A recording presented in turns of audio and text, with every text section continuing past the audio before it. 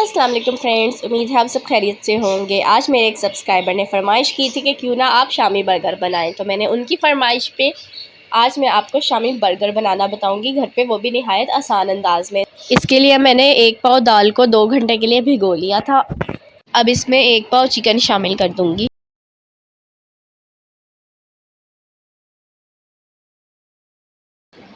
इसमें 2 चम्मच कुटी हुई लाल मिर्चें, 1 चम्मच पिसी हुई लाल मिर्च, थोड़ी सी हल्दी, 1 चम्मच ज़ीरा, 1 चम्मच धनिया पाउडर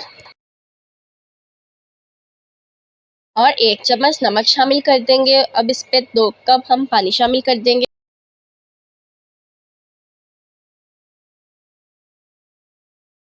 अब इसमें 1 प्याज काट के शामिल कर दें और 1 चम्मच अदरक लहसुन का पेस्ट का शामिल कर दें।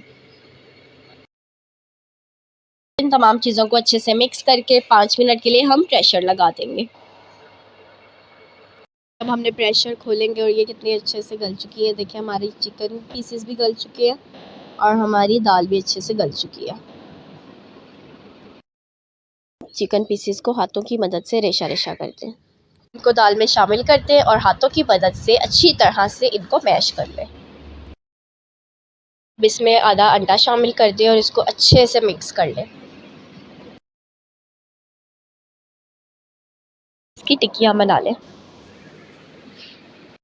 अगर आप मेरे चैनल पर नए हैं और पहली बार मेरी ये वीडियो देख रहे हैं तो मेरी चैनल को लाइक, सब्सक्राइब और शेयर करना मत भूलिएगा और बेल नोटिफिकेशन को भी ज़रूर प्रेस कीजिएगा ताकि मेरी नई आने वाली वीडियोस का नोटिफिकेशन आपको सबसे पहले मिल सके। तवे पे हल्का सा ऑयल लगाएं और बर्गर बन्स को गर्म कर लें।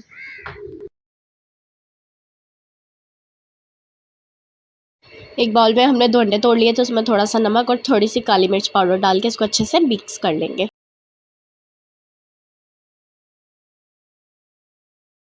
अब एक फ्राई पैन में थोड़ा सा ऑयल ले लें और टिक्कियों को अंडा लगा के फ्राई कर लें। आप भी अपनी राय का इजहार ज़रूर कीजिएगा कि आपको ये बर्गर कैसे लगे। ये कुक होने लगे, आप इसकी साइड्स टर्न कर दें। देखिए हमारी मज़ेदार सी टिक्कियाँ तैयार हैं। अब आप इसी फ्राई पैन में ऑयल है, अब आप इसी में अंडा डाल दें और इसको अच्छे से फैला लें और अंडे को 4 हिस्सों में बराबर तकसीम कर लें और इसकी साइड्स टर्न कर दें। लें जी, हमारा मज़ेदार सा अंडा भी तैयार है। और बर्गर बन पे सबसे पहले आप मायोनीज़ लगाएं, फिर अपनी टिक्की लगाएं, फिर इस पे बंद गोभी, खीरा, अंडा, केचप और लें जी, हमारे मज़ेदार से बर्गर बन तैयार हैं। आप भी बनाएं और फैमिली के साथ एंजॉय करें। अपना अपने प्यारों का ख्याल रखें, मुझे भी दुआओं में याद रखें। अल्लाह हाफिज़।